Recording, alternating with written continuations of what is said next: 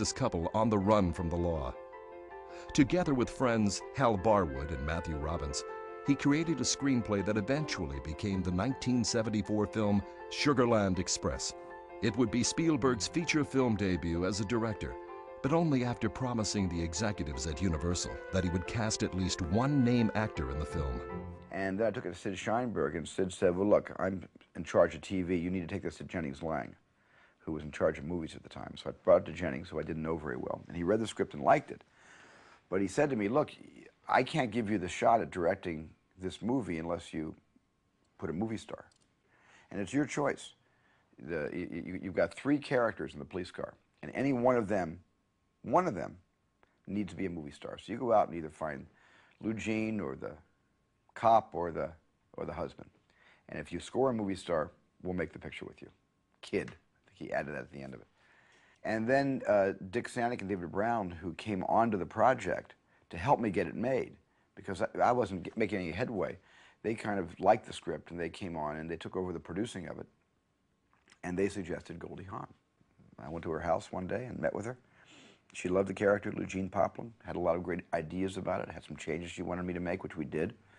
And then she said yes, and no sooner than Goldie said yes did we have a start date. It was just amazing. What they're saying is I'm an unfit mother. You broke out of pre-release? Oh, shut up, mind your own business. You broke your husband out of pre-release?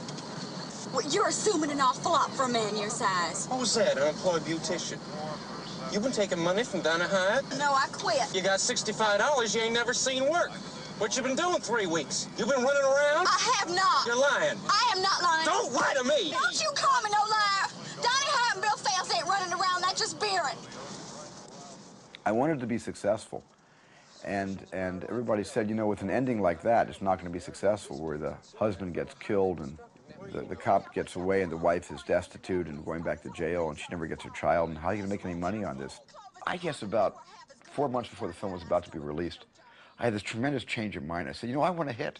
I really want to hit. Maybe all these studio pundits are right. And I went to Dick and David and I said, let's change the ending. They get across the Rio Grande. They get to Mexico. They get away. She gets her baby back. It's a happy ending. And Dick and David said, look, we're artists. We want this movie to end the way your great script ended. You know, it's got to end that way. And they kind of, you know, reminded me that, you know, that I shouldn't cop out and sell out. And I always loved them for that. You know, for sort of my last, and in my moment of weakness, they kind of, you know, put some backbone into me again.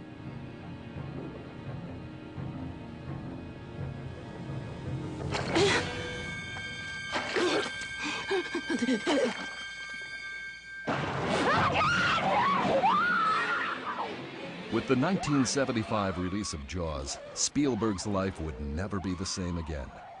He was off and running as one of Hollywood's premier and most bankable film directors. The film starred Roy Scheider, Robert Shaw, and Richard Dreyfuss, and became the first movie to break the $100 million mark and gained for Spielberg a Golden Globe nomination for his direction. But the film was not without its problems, and stories are legendary about production delays and heavy cost overruns due to an uncooperative mechanical shark. I was meeting on the cut of Sugarland with Dick Zanuck and David Brown, and I noticed this pile of papers in their secretary's office, and it said Jaws on the cover. It turned out to be galleys from the as yet unpublished novel by Peter Benchley. And I remember asking if I could read it, and Dick and David said, well, you can read it, but there's another director on it already. I said, that's okay, this looks interesting. And, you know, Jaws, I thought it was a story about dental work. I didn't know. You know, it was about the ocean and the shark. So I took it to my house and I read it over the weekend, and I flipped out for it. I just went nuts, especially the last 150 pages, which was the hunt, the sea hunt for this great white leviathan, you know.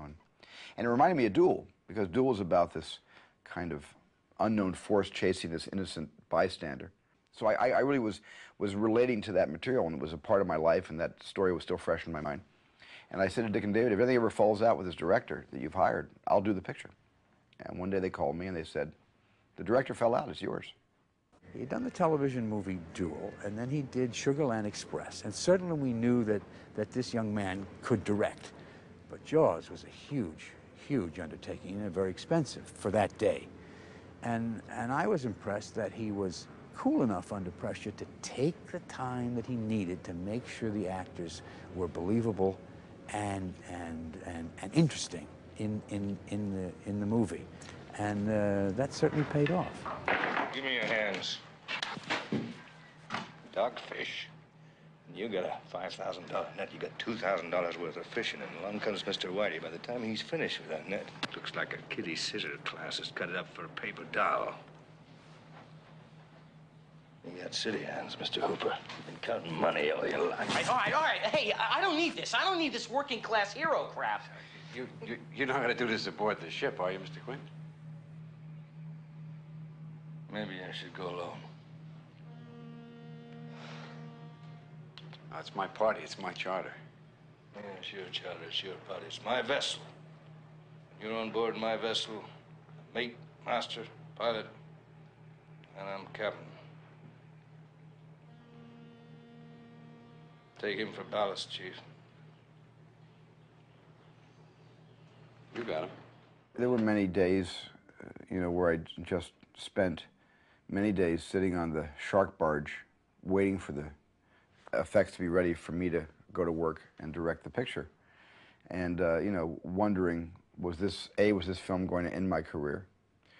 Was I going to have to end my career on the water, which I didn't like anyway? And, would I ever work again? I mean, those thoughts came to mind all the time. That we were just at the mercy of the forces of nature and the forces of technology, which is what that shark was. He was a technological marvel, but it also didn't work that well. And my memories of him sitting on the camera boat, watching and waiting for that thing to work, I know it was very exasperating for him and for the studio. But in a way, I think we were blessed. And forced me into a lot of compromising positions, but they were all good compromises because the film was actually scarier, I've often said, because the shark didn't work that well.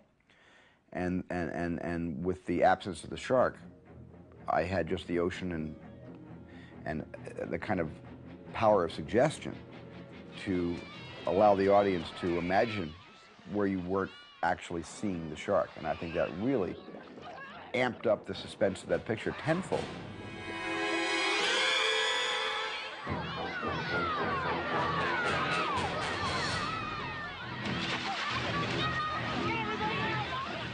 When I'm in the boat alone and the boat is sinking, and I'm left there with the shark and my rifle and the boat is going down, it was a balsa wood boat. Well, I'm getting inside the boat and the stuntman is handing me an axe, a hammer, and a chisel, and the rifle, and I said, what is all this for? He says, well, we've never sunk this boat before, and if the windows and the doors don't open, this is so you can fight your way out. I said, oh, okay. So as soon as that boat started to go down, I moved very quickly to get the hell out of there.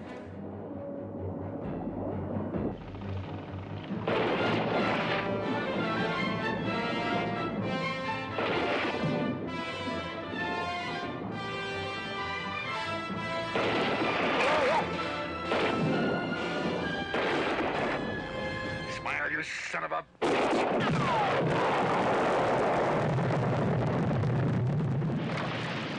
I had lost my objectivity. I had no idea what we had made.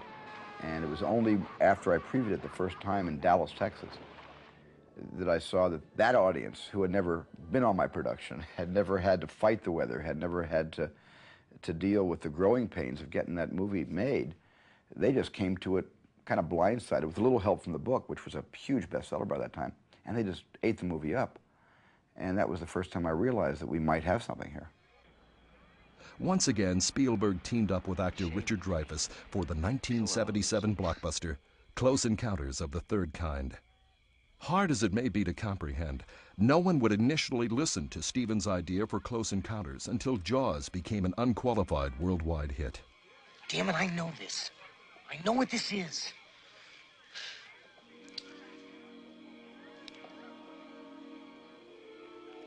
This means something.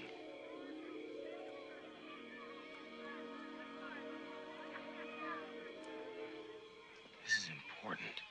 Well, I had been trying to make Close Encounters of the Third Kind even before Jaws, and nobody would give me a meeting. They wouldn't read my treatment. They wouldn't hear my ideas about a UFO project until Jaws was this big hit. And then suddenly I discovered what a hit can do for a filmmaker, as it can for a writer or a producer or an actor or an actress.